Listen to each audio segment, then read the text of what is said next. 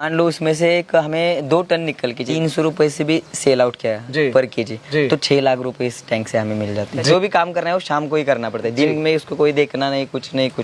दोस्तों, आप मेरे हाथ में देख रहे हैं ये बकेट में क्या है? ये क्रैब है जिसे केकड़ा कहते हैं।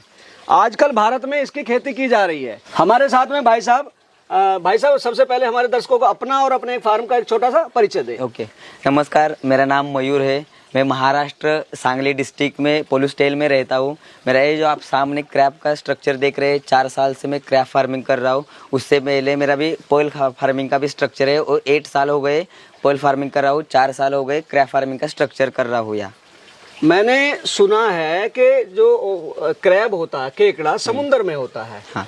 ये आप यहाँ पे आपने बनाया हुआ है, इनके लिए एक हैबिटेट बनाया हुआ और यहाँ पे आप कर रहे हैं और कहते हैं कि खारे पानी में पलता है। क्या चीज है ये, बताइए। ये जो आप सामने क्रैब देख रहे हो जी, इसको ब्लैक मर्ड क्रैब बोलते हैं। अच्छा। टेक्निकली नाम उसका ब्रोचेरा रहता है। अच्छा। मतलब ये जो क्रैब है मीठे पानी का क्रैब है जी। इसका हम क्या करते हैं, फार्मिंग करते हैं। जी। जो समंदर में दिखता है वो सॉल्टेड वाटर का होता है, उसका नाम साइला सेरेटा रहता है। अच्छा। जो सॉल्टेड वाटर, मतलब ये कैसा है कि सॉल्टेड वाटर के लोग कहा करते हैं, जो समंदर के पास रहते हैं वही कर सकते जी, जी। हैं। लेकिन जो फ्रेश वाटर क्रैब है ऑल इंडिया में, आउट ऑफ इंडिया में सभी जगह लोग जिसके पास मीठा पानी है, हाँ, वही सब कुछ ये फार्मिंग कर सकते हैं। इसलिए ये अपॉर्चुनिटी है नए बंदों को जिसको भी सेटअप करना है अच्छा एक फार्मिंग का। मतलब ये तो एक लोगों को एडवांटेज हो गई। हाँ, कि जहाँ पे आप कहीं नहीं जाना पानी के लिए, क्योंकि मीठा पानी तो ऑलमोस्ट सब जगह है, सब जगह अवेलेबल रहता तो है। मीठे पानी में आप इसकी कर सकते हैं। कैसे कैसे होता है और किस तरह से होता है इसका सिस्टम, थोड़ा बताइए। अभी जो एक क्रैब है जी, जो क्रैब है इसका एक लाइफ होता है जी, मतलब एक 2.5 से 3 साल तक एक क्रैब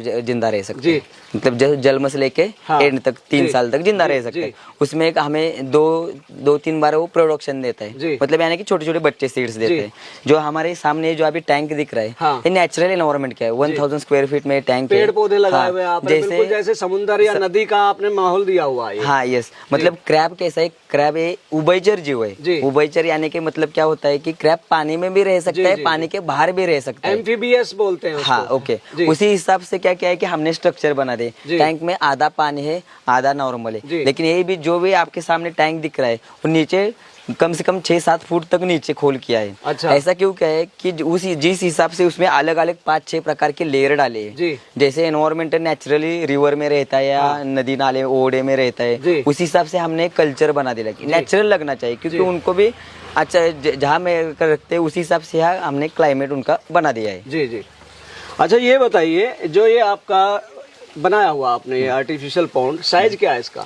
साइज 30 बाय 30 का हमारा स्ट्रक्चर है। और ये ऊपर जो लगाया आपने, ग्रीन नेट लगाया? ग्रीन नेट लगाया। अभी ग्रीन नेट लगाने की जरूरत क्या है आपको बता देता हूँ। सबसे पहली बात, एक तो ग्रीन नेट से क्या होता है, 90% का ग्रीन शेड नेट है, उससे टेम्परेचर कंट्रोल रहता है। इसमें 10% अंदर धूप आती है, 90% छाव होती है। जो भी क्रैब रहता है दिन में कभी बाहर नहीं निकलते। अच्छा। शाम के 7 बजे के बाद क्रैब बाहर निकलने सबसे ज्यादा, क्योंकि वो टेम्परेचर सह नहीं सकता। दिन में रेस्ट करता है, रात को रात में एक्टिव रहता है ज्यादा।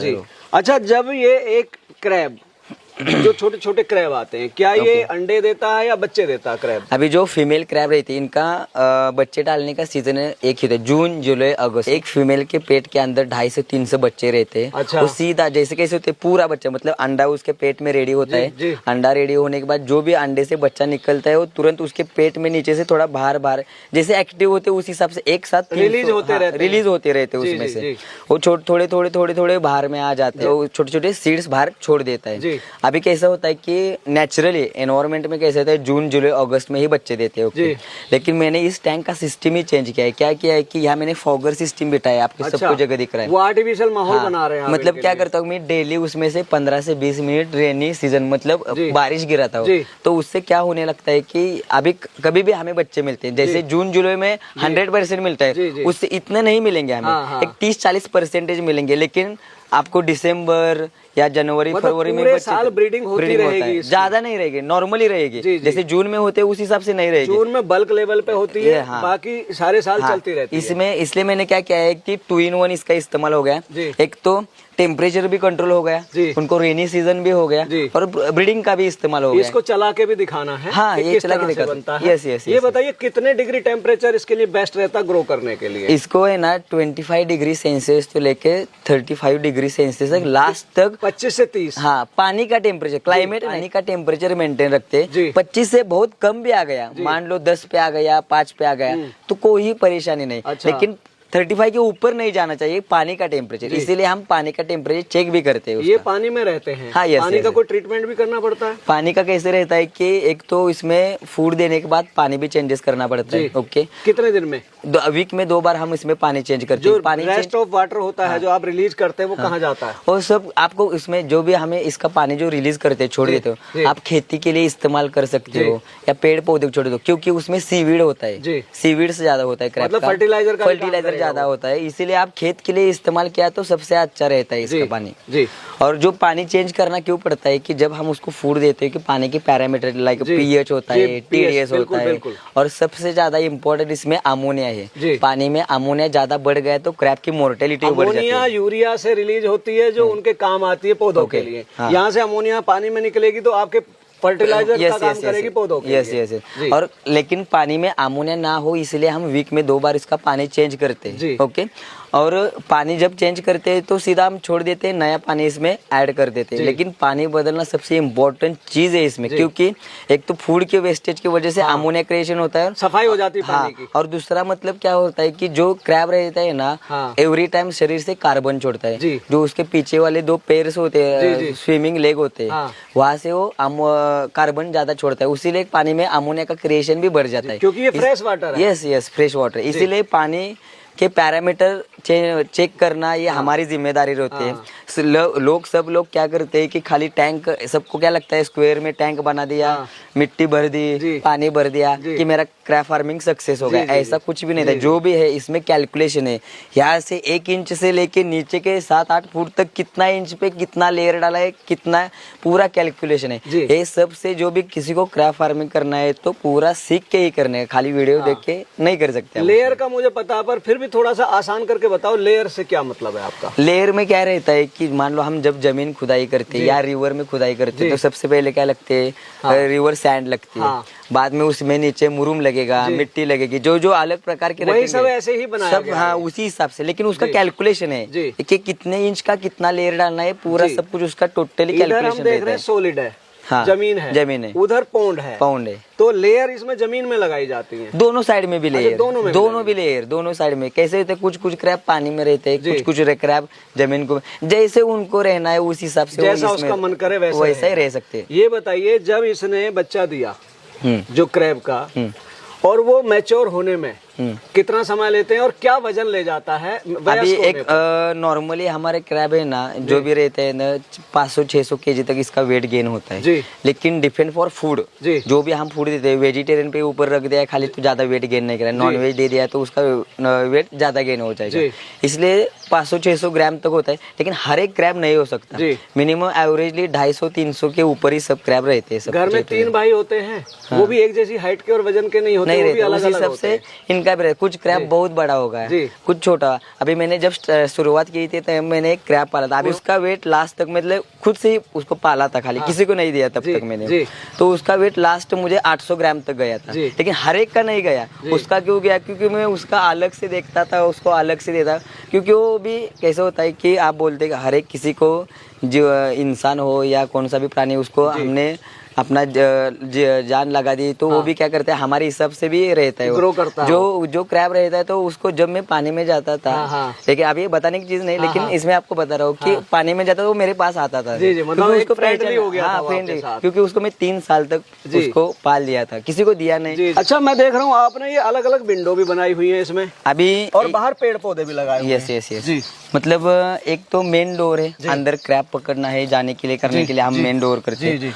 और ये आपको छोटे छोटे जो डोर्स दिखते हैं यहाँ, सभी 2 पोल्स के बीच में एक डोर बना दे, मल्टीपल है। हाँ, इसका इस्तेमाल हम क्या करते हैं, खाना डालने के लिए इस्तेमाल करते हैं। मान लो खाना डालना है तो अंदर जाने की जरूरत नहीं, इस पोल से इस पोल तक यहाँ से खाना छोड़ दिया तो बस हो जाता है। चारों तरफ आपने इसी हिसाब से बनाए हुए हैं कि अंदर जाने की जरूरत नहीं, अंदर जाने की जरूरत उसमें आपका टाइम भी बचेगा और कम मेहनत में आप काम कर और कोई भी डाल सकता है। मतलब जो भी डोर्स रहते हैं तो हम खाना डालने के लिए उसका इस्तेमाल किया जाता है। मतलब कोई भी घर का इंसान भी उसको खाना डाल सकते हैं, इसीलिए हमने डोर का सिस्टम बना दिया कि बाहर से हम उसमें खाना डाल सकते हैं। अच्छा, आप जो पानी निकालते हैं वो कैसे निकालते हैं? जो बाहर एक्सेस पानी हो जाता है, जब आप ताजा पानी भरते हैं तो वो किस तरह से निकलता है? जो यहाँ से हमने आउटलेट बना दिया है। अच्छा, ये गेट वाल लगा दिया, आउटलेट ऑन किया तो ये पूरा पानी जाता है बाहर से, पेड़ पौधों को सभी जगह पानी जाता है, इसमें से सीवीड मिल जाता है हर एक पेड़ पौधे को। मतलब ये पानी बाहर निकल गया। यस यस यस यस, पानी आउटलेट के लिए हमने ये बना दिया है सिस्टम। इसमें से ये इजराइल टेक्नोलॉजी ऐसा सिस्टम बना दिया, ऑटोमेटिक ओवरफ्लो सिस्टम भी इसमें किया है। अच्छा। दोनों भी तकनीक है इसमें। नॉर्मली हमारे इधर इंडिया में लोग क्या करते हैं, सभी टैंकों को ऊपर से होल मार देते हैं। ऐसे ऊपर से होल नहीं मारा वो उसका वाटर लेवल एक सेट पे आ गया तो ओवरफ्लो ऑटोमेटिक पता लग जाता है। हाँ यस, इसके ऊपर से निकलने लगेगा तो पानी एक्सेस हो गया वो। उसकी एक हाइट है, कैलकुलेशन है कितना हाइट रखना है, वो पूरा उसमें से हमने उसी हिसाब से सेटअप का स्ट्रक्चर बना दिया। ये बड़ा देखा हमने पॉन्ड, आपने एक और भी बनाया हुआ है। हाँ। उसको भी दिखाइए जरा दर्शकों को। ओके, अभी जो आपने सामने जो टैंक है दूसरा वाला है जी, जो सामने वाला टैंक है एक ऐसा है हैचरी प्लस टैंक है। हैचरी अच्छा। मतलब हम इसमें छोटे सीड्स का यूज भी करते हैं। अच्छा। प्लस इसको हम स्टोरेज टैंक की तरफ इस्तेमाल भी करते हैं। जब हम एक क्रैब सेल आउट करना है मुझे, हाँ। मान लो मुझे 100 kg के ऑर्डर आ गए तो तुरंत हम मेन टैंक में क्रैब नहीं दिन में पकड़ सकते, क्योंकि वो रात को बाहर आते हैं। जो मान लो मुझे डेली 10 kg क्रैब मिल गया तो हम इधर आके शिफ्ट कर लेते हैं। इसीलिए हमने स्टोरेज टैंक का इसमें बना, स्टोरेज टैंक भी हैचरी बेट है। मैं देख रहा हूँ यहाँ आपने बहुत सारे बॉक्सेस लगाए हुए हैं। ये क्या सिस्टम है? ये बॉक्सेस जो मान लो अभी हो गया नेचुरल पाउंड, आपने अभी जो हमें बात की वो नेचुरल पाउंड हो गया। जिसके पास जगह है तो वो हम नेचुरल गाँव में करना चाहता है, जिसके पास लैंड है वो हम उस जगह में कर सकते हैं। मान लो जिसके पास जगह कम है, मान लो सिटी में रहता है, टेरेस के ऊपर करना है, तो इसके लिए बॉक्स क्रैब फार्मिंग जैसा सेटअप है, कम जगह में कर सकते हैं। हम छोटा क्रैब छोड़ते बड़ा करके सेल आउट कर सकते हैं। इसको बोलते हैं वर्टिकल बॉक्स क्रैब फार्मिंग। अच्छा, इसी हिसाब से इसका स्ट्रक्चर भी बना दिया है। उस साइड भी है, वो भी कैसा है, पाइप क्रैब फार्मिंग। मान लो बॉक्स की जगह वो पाइप का इस्तेमाल किया है, पाइप में भी उसमें क्रैब रहे थे।